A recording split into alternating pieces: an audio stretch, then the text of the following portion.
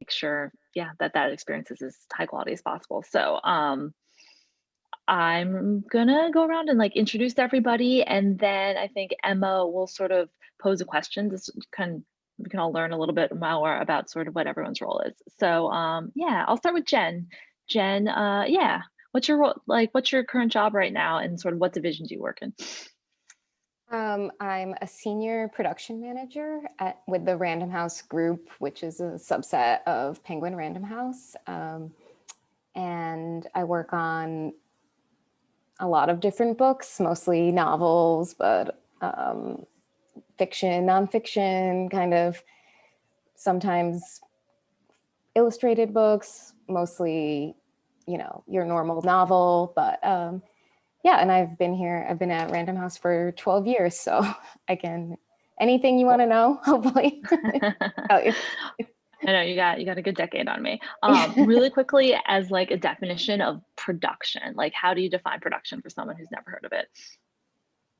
um, I always just think of it like the practical side of the book industry, and getting the book into the warehouse on time and at a low cost. So it's all the scheduling, all the purchase orders, all the negotiating, and it's really like the hands-on thing. And at the end of the day, you have a thing. Yeah, like so. totally. Yeah, you guys keep us honest and keep us on schedules. Katie Zilberman, tell me a little bit about what you do. Hi, I also work in the Random House division at Penguin Random House in the production team. I'm a production supervisor, and I've been with Penguin Random House for 6 years. I also pretty similarly work on fiction, nonfiction, and I'm also on the team that orders advanced reader editions with Jen. So that's like copies that editors and marketing and sales will send out to get the blurbs that you see on the back jacket when a book comes in. And also on the archiving team. So I'm kind of like a little bit of start to finish, the earliest version of the book, and then at the end, making sure we have books in the warehouse on schedule, and making sure that we have the files correctly named and archived for future reprints and corrections. Advanced reader copies are a funny thing that if you work in publishing, you don't really know what they are, but it's literally like a fake book that we make Yes. before the book, right? Yes, I have a couple right here behind me. So like, Yeah. just it's not the full book, but it's an early preview edition. Right. And that's to get like media excited, to like get them to read it, to get blurbers to read it. But it's kind of funny sometimes when you're like, well, and then we make the actual book. Right. But it's definitely an important part of getting books into the world and getting people excited about them. Let's go to Jessie. Tell us a little bit about your role.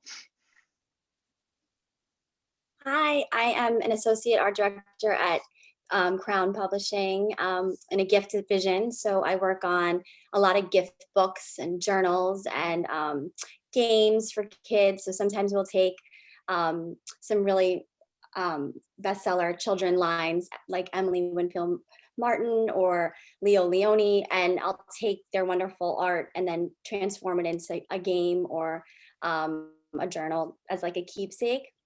So I am at the heart of it a designer and illustrator. So I'll work on about, I would say, 12 books a year.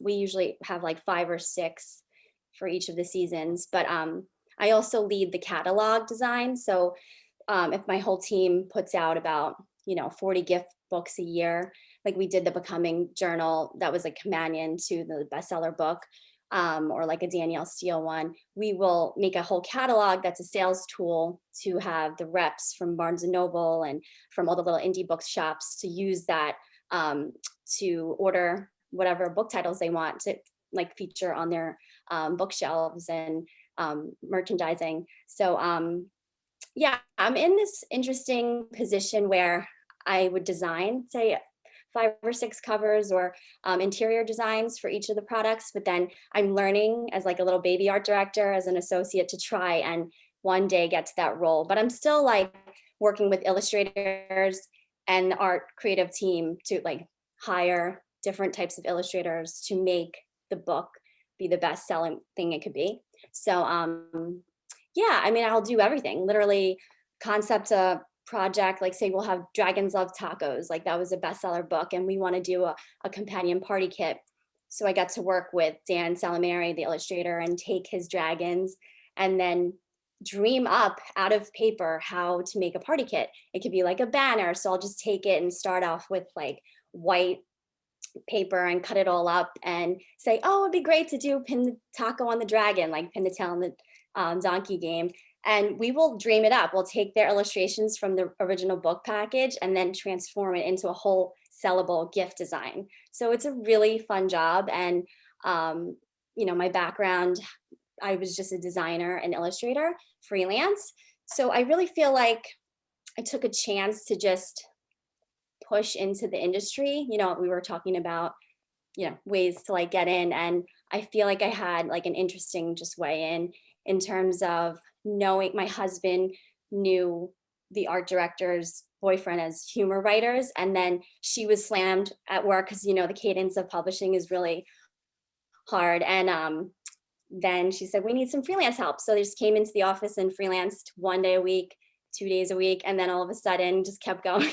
And then after like a year and a half, threw my name in the hat for like a full-time role. But, you know, with that, they still have to interview like 18 to 20 candidates for that. So, you know, it was unknown. I could have just stayed freelance on that path. So, yeah, I mean, that's like pretty much what I do now. But if you guys need any other tips, any questions or anything. That's awesome. And I love that idea of like, sometimes freelancing can be a way in. That's like a little bit unexpected. Also, Dragons Love Tacos is the best book. I think if anybody needs to give a book for a kid, it's a fantastic book. Every kid I've given it to has loved it. All right, Arish, tell us a little bit about your role. I work in the same group as Katie and Jen. I started as a 2 to 4 week temp gig back in late 1997 and was hired on staff in January of 98 to actually be our group's first archivist. So I helped, I was one of the first archivists for the company. I am currently a senior production manager. I mean, we all kind of work in a little bit of everything, but we have our niches. And my niche for years has been on the Del Rey side, which is our sci-fi and fantasy imprint. And specifically within Del Rey, I work on a lot of our licensed properties: Star Wars, Minecraft, World of Warcraft, Stranger Things, books like that. I'm sure I'm forgetting a bunch. And then I also do any George R. R. Martin books that we do that have pictures in them. I wind up working on those. So we do it's a whole cottage industry of Game of Thrones graphic novels, Game of Thrones illustrated editions. There's even a Game of Thrones yearly wall calendar that I work on every year. So that all keeps me quite busy. And Awesome. Complete accident, I wanted to make the next Star Wars movie. That's what I went. That's what I went to college for. I went to NYU Film School. It just didn't pan out, and then just through the years, I mean, I started with, at the time, what we called Little Random, which eventually merged with Ballantine, which brought in the Star Wars books to me. Now we've merged with Crown. You know, it's just been, I like to joke that the Force has kind of guided my career, being the obvious Star Wars fan that I am. So yeah, it's been very entertaining. And the fun thing is that after now entering, I'm in my third decade of doing this, I'm still learning new stuff all the time. There's still challenges, there's still fun new projects to work on. So Yeah. it never gets dull, and the last year has been anything but dull for us. I can echo that. The great thing about book publishing is like each book is a new book, like each project is a new project, and it's never ever the same. Even if there's like a series, even if they're all sort of the Star Wars, each one's going to have its own challenges. Well, So if that's you bear with me 1 second here, I have a bunch of show and tell stuff, but love it. oftentimes one novel will turn into multiple versions of the book. So take, for instance, this Light of the Jedi. This was our latest Star Wars novel, #1 New York Times bestseller. Gotta plug that. So this is the standard edition of the novel, but then we do a special edition for Barnes and Noble that includes a little pull-out mini poster in here. Sorry. Nice. So that's a whole separate entity for it. And then we do a special signed edition that has a whole different jacket, a wraparound jacket. It's signed by the author. So one book, and there's a regular signed edition. One book can, for me, oftentimes turn into actual 4 or 5 different books out of the one manuscript, Yeah. all at the same time. So like I Awesome. said, it's always new challenges. It's always new challenges. Thank you. And that brings us to Nick. Nick, tell us a little bit about what you do. All right. So I also work for the Random House Publishing Group as a pre-press production associate. Actually, when we had an office to go to, I worked a couple cubes away from Jesse. We've worked a lot of catalogs together. But so as a pre-press production associate, I kind of work with all the aforementioned departments. I work with production, I work with the production editors, I work with the art departments. We handle a lot of comp work. So editors make changes to manuscripts, we input those changes. Or when it comes to, we work a lot on like 4-color titles, so cookbooks, books with like photo inserts in them and things like that. So we handle a lot of the photo correction work as well, working with the design. They give us corrections to input, we make them, we go back and forth, proofing the photos and making sure everything's printer ready. So a lot of my work within the pre-press production department is, it's sort of like Jim was talking about earlier, the kind of logistics, like scheduling, all that sort of stuff for books. We are there sort of for also like logistics purposes, but to make sure everything looks good when the book actually comes to print. Awesome. Thank you all. I think I'll turn it over to Emma. Yeah, and we can kind of ask some more questions and dig in. Thank you all. Sounds great. Thanks so much, Libby. Great. So folks somewhat touched upon this a little bit in your responses. And I think for audience folks, just FYI, I think what we'll do is I will ask some questions. Please start to think about any questions that you may have, and then you can input them at any time in this program at the bottom of the screen where it says Q&A. And we will get to those, I'm sure, quite shortly. So yeah, I'm curious for all of you, perhaps as well, Jesse, you mentioned a little more in detail, but for other folks too, how did you get into this industry? What was your path? Some of your bios, I noticed you had some particular education tailored to publishing. Others of you, like you said, it was more of an accident. So yeah, for folks who might be here who are wondering what are some pathways in, would love to hear all of your stories. We can go in the same order, or if someone else is excited to jump in, please feel free. I can go ahead and speak as someone who very intentionally went into publishing. I was an English major for my undergrad degree at the University of Alabama. And, you know, when you're an English major, it's pretty much people want to know if you're going to be a teacher or a lawyer. But I actually, so after I graduated, I was waffling between studying to be a librarian and going into publishing. I didn't know what that meant exactly, just I wanted to work with books. So I came up to New York for one of their summer publishing programs. There's a couple schools that run summer publishing institutes over the summer. And I did that. It was a 6-week course of study, kind of takes you through all the behind the scenes info on like book publishing, magazine publishing. Now it's becoming a lot more media focused, things like that. I left there with, just like a little starter knowledge of the publishing industry, a couple contacts to reach out to. And from there, I went on, applied at Penguin Random House for the pre-press position, which is relatively new. Pre-press is a relatively new division within the company, but I applied there, and I had the Photoshop and InDesign training that was needed for the position, and that's how I got to where I am today. Love it. Oh. Thank you. And those, you said you did the Columbia publishing course? I did the NYU. There's NYU and NYU. Columbia. Okay, gotcha.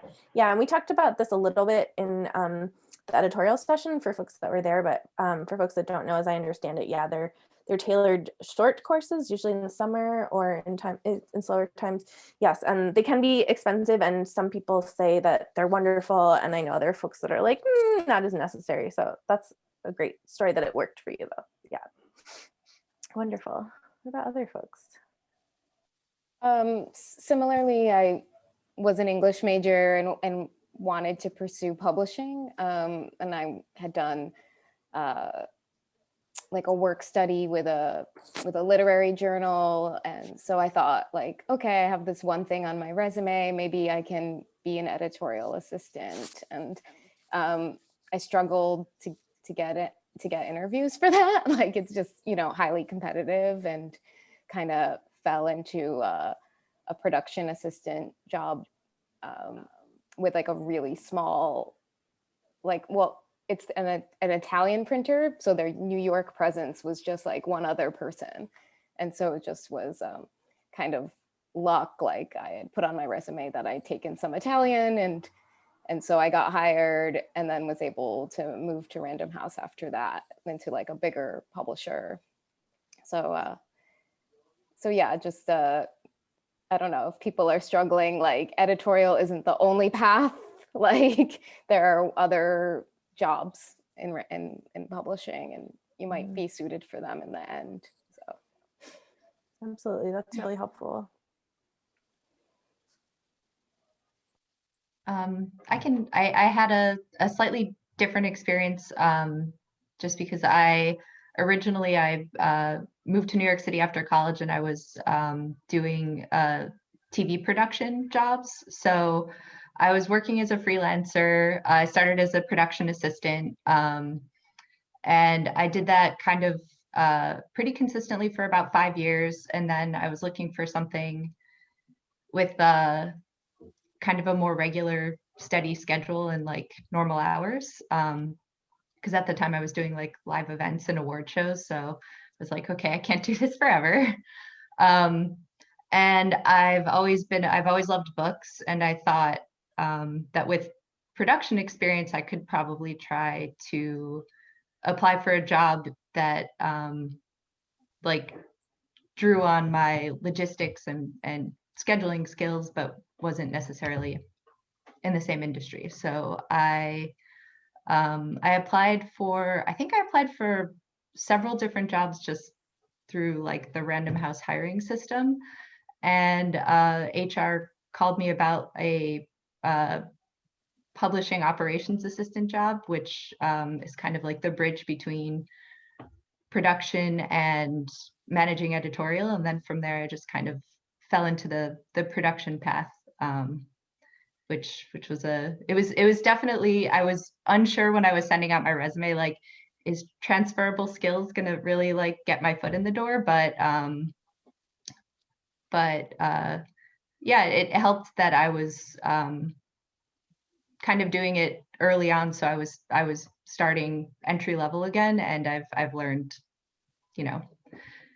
so much over the past 5 years that I had no idea. Like, I was able to bring some of the skills that I had before, but there's just like so much stuff that seems very overwhelming at first when you start in publishing, and it really just, you get to the point where it's second nature. And I definitely think a lot of people who work in publishing on the production end are also just very good at bringing new people in and teaching, which is a little harder to do remotely, but I think it's a great place to learn because everyone has so much knowledge and really wants to share it. Awesome, thank you. And Erich and Jesse, you all touched on your paths into the industry a bit, but if there's anything that you want to add, that's wonderful, or not, that's also fine. I did get a art major at University of Delaware, and my first job out of school was in Philadelphia. It was at a advertising agency called Gyro at the time. I think right now they changed their name to Quaker City Mercantile, and we worked on a range of clients that were in Philly, Steven Starr, and actually we had like RJ Reynolds, which was like Camel and Cool. Like I feel like my first couple ads were like a cool cigarette banner. I remember like one of the main ads I was working on were like cigarette packaging, which is just crazy because you think I go to like art school and now I'm like changing the copy on this little ad. But that trajectory of going to art school and then working in an advertising agency, and then I worked at a fashion company. So I worked on catalogs there, designer. So I do feel like I probably got into my position.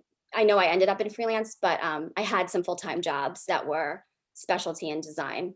So very cool, thank you. Okay, so from the art background, it's good to know too. Yeah, art background. Okay, great. Well, one thing, oh, go ahead.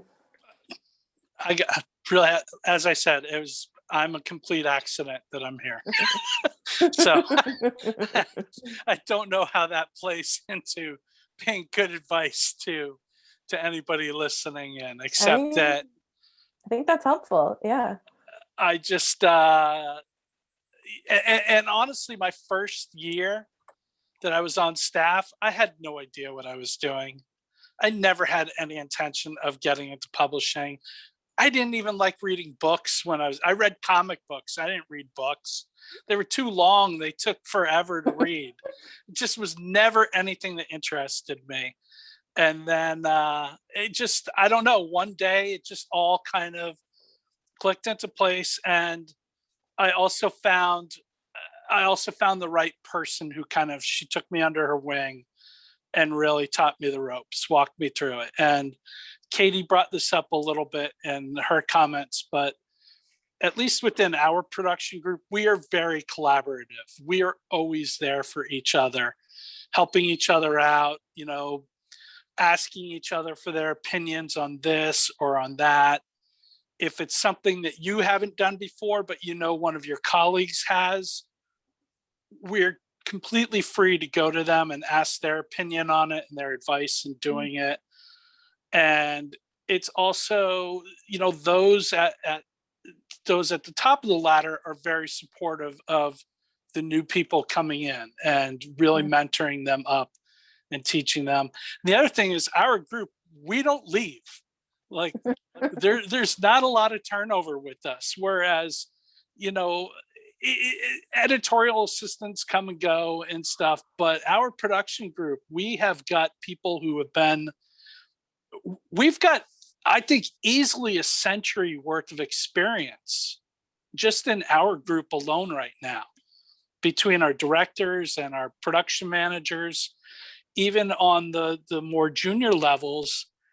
Jen and Katie, you both have been with us for years now. Well, Jen's not junior level, she's senior production manager now, but she started at the bottom and worked her way up, as almost all of us in the department have done. And so that says something when there's no turnover in your group, when people don't want to leave. That's how much we really enjoy what we do. That says a lot. I mean, yes, from the author side, I think on my last book, I had 5 or 6 publicists over the course of a year in preparation for it to come out. And I know from the author side that production and the jobs that you all do are like the foundation and the glue that holds so much of this process together. But for folks who may not be as familiar with the whole process, like, why does art in production matter? Like, I think it really does. But for folks that may not know, like, what do you guys do that matters? Give us the sort of foundation of why your work is important. Bottom line, we get the books in the warehouse. That's important. Yeah. We do. If the author is late delivering a manuscript or there's any kinds of delays or whatever, it's production that has to figure out how to find the time, how to get it done, how to get that book printed and into the warehouse to meet whatever the on sale date was that the publisher or editor wants. So, I mean, we have to be very organized and very good at scheduling and have good relationships with the people within the company that we work with, but also our vendors outside the company. So that when we need to find a day or two here or there, you know, we can do that. So I think that's really the number one thing that we handle, is really making sure we stay on schedule with the books. That's huge. Yeah.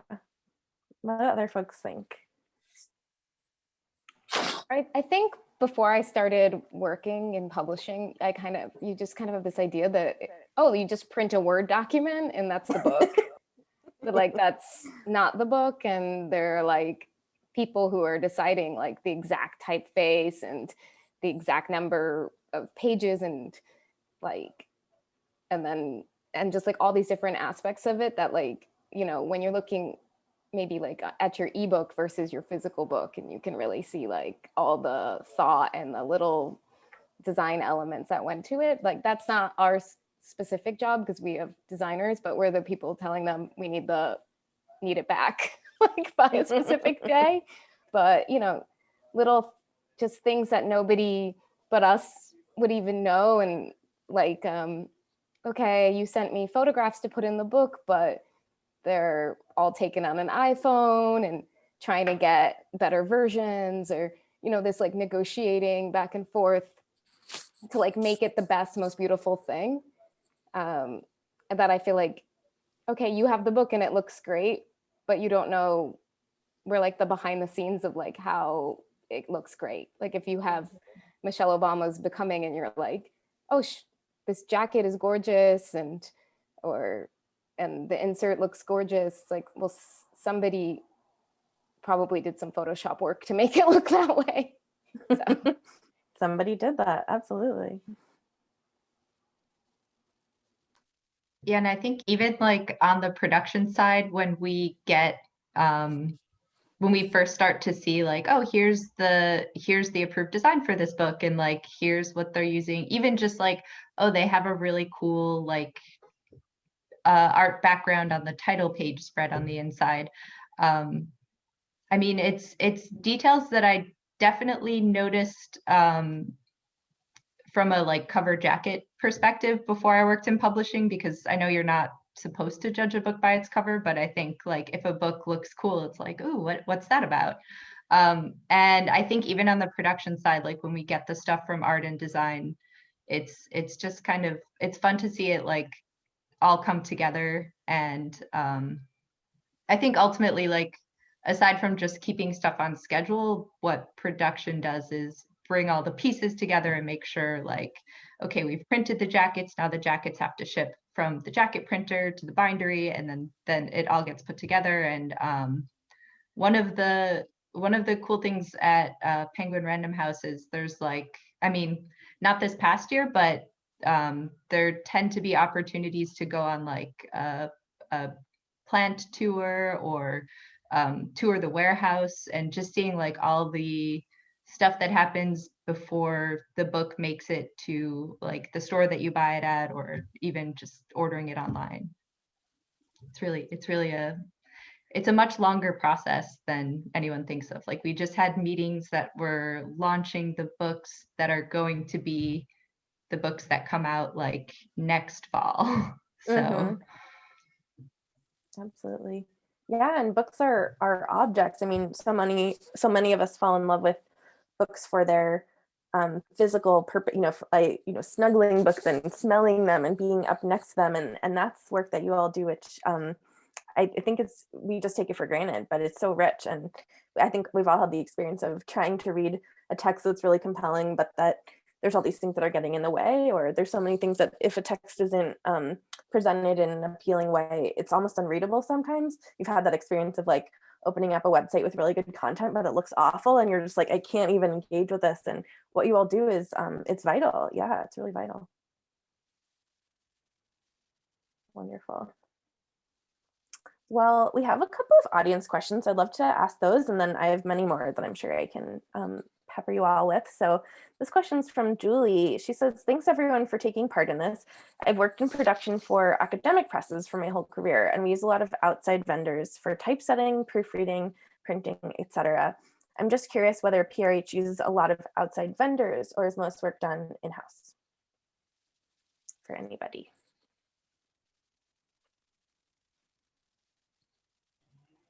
Oh, go ahead. Oh, I mean, I was going to say, pre-press actually exists. A lot of stuff does go to outside vendors, a lot of comp work, things like typesetting and proofreading and things like that. But that's part of why our pre-press department exists. We sort of serve as in-house freelancers to do some of that, the comp work and like setting first pours of books and things like that. A lot of it used to be sent out. And they tried to kind of bring that back in by hiring our team to handle some of that. So yes, I mean, they do use outside vendors for a lot of things like indexing, cookbooks, and other sort of processes, but they're trying to split it up a little more now, I'd say. And Katie, Yeah, just echoing Nick, same thing. We work with a lot of outside vendors like in the beginning, but then through the years, I feel like we have brought it more in-house because Nick's team has expanded where he has a lot more like pre-press assistants that were hired in. So there's a whole team that funnels through. So when a job or a book or a cookbook or like our catalog or anything needs some extra set of hands, instead of sending it out for, an extra fee, this whole pre-press team can take over. So I do feel like it's grown. I mean, I've been there 6 years, but I don't know if Nick has been there longer, and it definitely has probably seen that. So. And yeah, and in production, we do a lot of, we send a lot of work out to compositors, and I know the production editors have freelancers that they use for like proofreading and copy editing. And so for us, a lot of that just comes down to like pricing and dates. So like figuring out which vendor is best suited for something, or sometimes, who can get it back to us the most quickly. And then we do also like all of our printing is done not on site at Random House, but it's vendors that the company has relationships and contracts with. Awesome. Thank you. Actually, our two biggest compositors are in Pennsylvania. Oh, One is in Lancaster, and off the top, do you guys know where Scribe is at? They're in Allentown, and yeah, and so they just also have outside a Philly of Philly. office. They have a Philly nice. office too. Yeah. Okay. Love it. Wonderful. Well, this is a question that may also dovetail with some of the material that we were talking about 2 weeks ago with marketing and publicity, but David in the chat is asking, do any of the panelists have favorite recipients for advanced print or screener copies? We don't really deal with that. We don't, we don't really choose who they go to. We just kind of get the allocations and send them to our warehouse, and then they get distributed from there. Yeah, Jen, you and Katie, you both get like a distribution list from publicity as to where the bound galleys and the ARCs are to be shipped, correct? We normally just have like, here's 100 for publicity, here's 100 for marketing, or, sales, or this is going to go to the Barnes and Noble's account, or just trying to get stuff out. And then, but we don't know like who they're really sending them to. So, and if the author has like 20 best friends, they could probably send them to them. So that's not like we're not included in that, but the reason they have anything to send is because Katie and I came to work today. So it's like, you know, where you don't really see us, but we're, you know, it's like, I feel like publicity is kind of glamorous and you're like, okay, but you need me. Like, so. No, My favorite 100%. recipient is me, because Yeah. I like to see what the finished product looks like. So Sample copy. I'm excited to get that sample book. And oftentimes production is the first person to see the finished book. So we get the sample copies in from the printer. And now under the COVID, where we're all working from home, our sample distribution list is much, much smaller than it used to be when we were all in one office building together.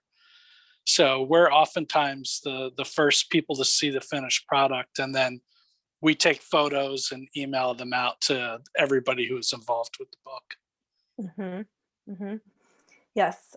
Oh, go ahead, Jesse. I was just going to say that someone on my team, the sales side, because of COVID and things, you can't sometimes have these sales meetings and stuff that they used to have. They just asked, like, if we get any advanced copies of, say, a game, to do almost like an unboxing video describing tool, like what this is. If this is a Literary Witches tarot deck, open up the box, here's the cover, open it up, see it. So I feel like we've been doing a bunch of those recently, instead of mailing out huge. She went on to marketing, so she will find targeted like bloggers or special people who have huge followings on, say, Instagram, and we send like specialty mail, and then they'll announce it. So that's definitely a way that we usually kind of spread the word with some of our advances. That's good to know. Yeah, I didn't know that that art and production would do that. Yeah, my experience was like, yeah, the publicist and author side, you know, you make a big list and you try to get all the people to open their mail, and you know, you just send a lot of ARCs out into the void and hope that something comes back.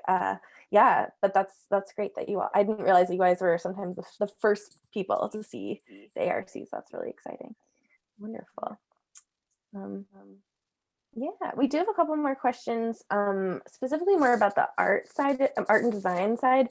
I think, Jesse, you mentioned that you had an art degree. Do other folks feel like having experience in art and design is a necessary qualification for doing your job? Do you see, you know, people coming in often from art pathways, or is the sort of list of qualifications a little more flexible than that? I know with our team, when we were looking at junior designers and entry-level positions, and we do a screening or I recently am an associate art director one, I was on an interview panel. I would say 90% of it was a background in art and design. But then there's a couple interesting ways where I think if we break through the hiring practices of taking chances, I think that's the only way we're going to really infuse diversity anyway into our industry. Like, you have to take a chance. Okay, like I think Katie was saying maybe she had a background in film, or I think Eric said that as well. We want to try and get people from cross industries into it. So I do feel like that's one of our pushes to try and do some hiring in our next, you know, wave of hires, to just break those thresholds of just the art and design background, because there can be an amazing, you know, other type of industry candidate that has different skill sets that can just bring a different flavor to our whole team. So I'm most excited actually about that, and kind of moving forward too. I mean, just taking different chances on the different pathways in. Absolutely.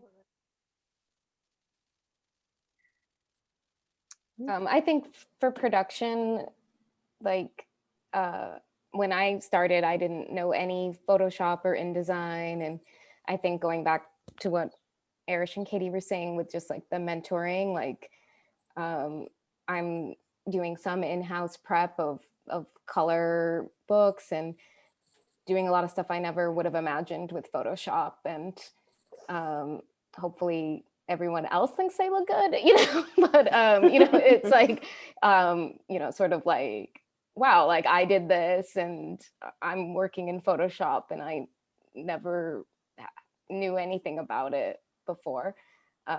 So I think like, yeah, it's a cool plus just to like have some background, but if you're gonna come in entry level, like into production, you don't need it, and people can show you and you can like learn on the job. It's like our job is very learn on the job, which is what I like. You just get kind of like thrown in, and now you're doing Photoshop, and now you're making a cover and InDesign for an ARC. So super cool. I wonder, and because there's a couple of questions that are kind of all asking the same thing, and folks have touched on this a little bit, but in light of COVID, in light of something, lots of important reckonings in publishing about just the intense whiteness of publishing, and oftentimes that folks who are working in publishing come from programs or come from New York, et cetera, et cetera. Like, do folks see some cracks or some openings or some different ways of thinking starting to sort of percolate in your offices, or for folks that in this meeting who may live in Philly or are thinking about applying for remote jobs? Like, do folks see different kinds of movement going on lately? I think definitely there's a really big push for that, especially in light of how things have been the past year. I know, because I very much took that traditional pathway, doing the program, moving to New York, that sort of deal. And it worked for me. And I remember at the time when I was hired, which was about 4 years ago, I remember other people in my program being turned away from positions because they were relocating outside of New York, and the publishing houses wanted someone to be in New York to, come into the office 9 to 5, that sort of thing. But I think now, with the way things have changed over the past year, with the way that the company as a whole has had to restructure and adapt to all this, I think they're a lot more open to the idea of not only hiring, remote, hiring people who are not in the city to work, because we're all remote now. There's also been a lot of talk about our hiring practices and about sort of taking a look at the sort of honestly outdated protocol that they have in place for some of our hiring practices. Things like what we had to talk about this within my department about the sort of arbitrary requirement for, say, like a college degree. We were all talking about how I'm an English major. I haven't used my college degree at all on what I do now. I work in Photoshop and InDesign, which are just skills I happen to pick up along the way. So I think, there's a lot of like sort of interior conversations going on around that. And I'm really, really, really hopeful that it's going to lead to concrete change within our hiring practices, within how we approach the publishing industry, and, hiring people who are, maybe moving away from the old way of looking and just hiring people who are enthusiastic and passionate and want to, help kind of usher in the era of change that I think is long overdue. Excellent. Yeah, thank you. One of the positives to the work from home environment that has been brought up is the fact that, especially at the entry level positions, look, it's no secret New York City is a crazy expensive town to live in. You're either lucky to know somebody with an apartment that you can share with them, or you're living in a shoebox, or you're commuting hours to get into the city or whatever when you're at that junior level. But the work from home environment has opened up the pool of entry level candidates, because you don't have to necessarily, at least right now, at least for the next few months, you don't have to be able to afford to live in New York City. So that is all of a sudden that limitation that might have been there before isn't necessarily there. And that's, like I said, it's one of the weird few positives that's come out of this environment that we've been in for almost a year now. And yes, the company as a whole is really committed to diversity and exploring new paths, finding new people to bring in. They've really put a lot of effort into it. Yeah, I think they've also started trying to recruit people from other industries, but at like higher level positions, which I don't think they would have considered before, because the just like looking at the data of the makeup of the publishing industry, it was like more diverse at the entry levels, but you know, as Arish was saying earlier, a lot of people stick around, so it would take like, you know, a decade or two to see meaningful change in higher level positions if you're waiting for people to start at the bottom. So I think I've definitely like seen announcements going out of people that they hired who are coming from like a magazine background or a music industry background, and not necessarily just someone who has worked in the publishing industry for the past 20 to 30 years. Yeah, that's really helpful too, because yeah, I mean, we have folks involved in Blue Soup at many levels, and we've gotten messages about, you know, I've already worked at the job I do now for many years, and I don't want to do an internship. I'm not 22. Can I still, you know, think about moving into publishing? So that's really helpful too. Mm-hmm. Awesome. There's definitely room for maybe one more question in the Q&A.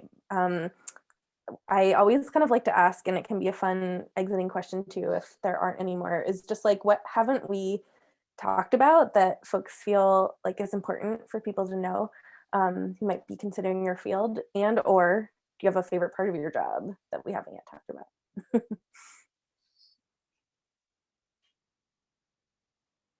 Well, as someone who majored in English, I'm kind of like was surprised to see how much math I have to do. Granted, I wasn't like bad at math, you know, but yeah, it's not, you know, it's not reading all day, you know. There is like, I'm comparing like how much does it cost to print 20,000 jackets with foil versus 20,000 jackets with embossing versus like all of that, and then supplying these numbers to people to have them make decisions so they can't be wrong. So like, yeah, just like, okay, it's not just an English major job, you know. Mm-hmm. You can it's not like All Day Younger, the television show, constantly. Okay, yeah, good to know. Well, not just comparing costs, but, you know, we've got to calculate what the spine size for a book jacket is supposed to be, and, you know, double check trim sizes and things like, if we change from this paper to that paper, how is it going to affect the width of the book, and how is that going to affect the cover spine or the jacket spine, things like that. I mean, there's math all over the place in what we do. Yeah, not a lot of reading, at least on the production side. You know, if you're an editor, then, you know, that's completely different. They've got they used to have their work from home days, which they'd just be reading all day at home to get the manuscript done. But yeah, we do there's no reading for us.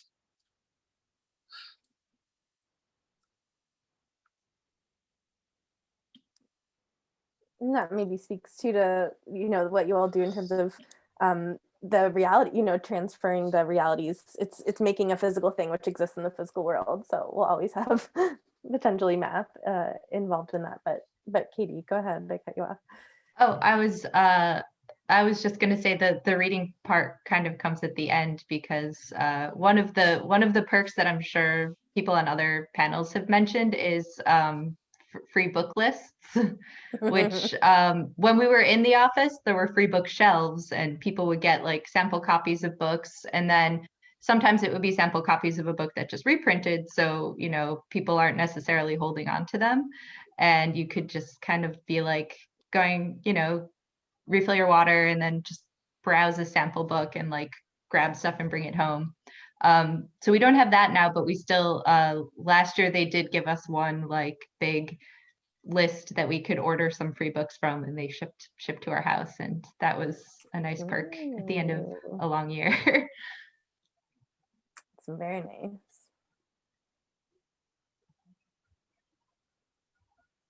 I would say the joy that I have in my job is that you get to connect people in terms of our division. Half of it is cookbooks and then half of it is gift for Clarkson Potter. So you get to just bring joy and connection into people's lives, whether it's a puzzle, a trivia game, a recipe that's laid out beautifully from Chrissy Teigen's new cookbook.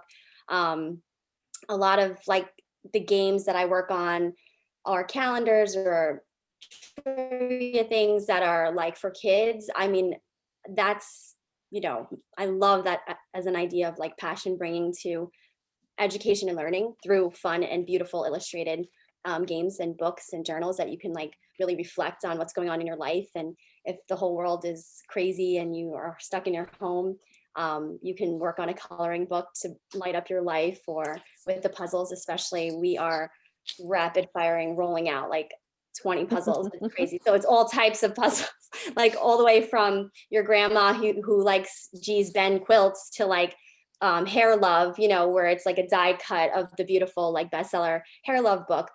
So we're trying to always reinvent this gifting, joy, beautiful light that you can bring to your life. So I think I have a very special role in trying to seek out beautiful illustrators, when you can just browse different types of Paper Source and Barnes and Noble and your indie bookstores, and you can go in there and just pick up something. I just think that it's just so special that you can, you know, bring that to your life. Absolutely. Aesthetic pleasure, so real, especially in these dark times. And yeah, puzzles, you cannot, like, there was a time in quarantine where you could not find a puzzle for love or money. So that's amazing. Yeah. Wonderful. I think my biggest joy that I get out of it is solving that next new problem. You know, for instance, last year we did a Star Wars book here about a character is Thrawn, who he's an alien with blue skin, and he's one of the most popular characters from our books. The publisher and the editor wanted the sides of the book to be blue. They wanted to stain the sides of the book blue. That takes a lot of time and is really expensive to do. And on the schedule that we were on, we just couldn't do it. And they really, really wanted it. So I'm like, well, what we might be able to do is print the interior, the text pages with the second color blue, like do it as a frame around the pages that will bleed off, so that when the book is trimmed down, it'll leave that blue on there and the pages will look like they were stained blue. And so it worked, and everybody was thrilled with it. The fans loved it. They were all excited about it. It was a big hit. So then they wanted to take this book and turn it into a really high-end special edition book, because it's our most popular author, our most popular character. So I got to turn this into this, which wound up being, it's going to take a second here, wound up being a slipcase. So I worked with our art director to design the slipcase so it would act as a frame for this. We actually had the time to do true stained sides on the book. Author signed, you know, we changed the interior design a little bit. So we got rid of the blue frames, but kept just some blue accents throughout. And we did a limited quantity that sold out in under an hour online, which was a huge success for us. Something we hadn't done before. It was an experiment. So doing something new and seeing it work and the challenges to it, and then seeing the finished product, that's what really gets me excited these days. That's where I find the joy in it all. Yeah, and then the back too. That's so fun. I would just like to emphasize that none of our previous talks had show and tell. So You gotta our have show and introduction- tell. We have to have Really another winning. one. We do. 'Cause I have Yeah. a whole load of lists to show you guys, but I'm in like my neighbor's bedroom. It's so weird in COVID times. Totally. Not Well, home, anytime. so, but when I am home, like Nick's bookshelf or I see Katie's, we have such beautiful products. Wow. Well, please, yeah, you can post, if you post anything, you can tag Blue Stoop and we'll repost for our supporters or maybe who came to this talk to get to see more of your products. But yes, A+ show and tell. Thank you. If I were in the office, I'd show you the Jabba body pillow that I made from our Star Wars craft book many years ago. It's literally like huge. It's like Jabba the Hutt. That That's sounds my number really one neat. show and tell item, but I don't think that's ever leaving the office, unfortunately.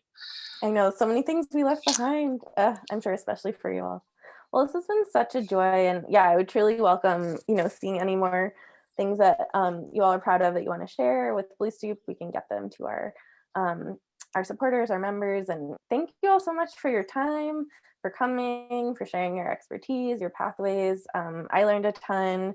I'm sure we'll be getting lots of messages, and thank you so much to our attendees for coming on this, Sleepy Wednesday. So this is 3 of 3 of our Penguin Random House collaboration. And again, this collaboration came out of an effort and a specific impulse from the company to reach out to community-based organizations that work with writers. So we really appreciate it. And we will be posting this and the previous 2 talks as well on our website. So check that out. And thank you so much again to our panelists. Really Thanks for appreciate having it. us. Thank you for having us.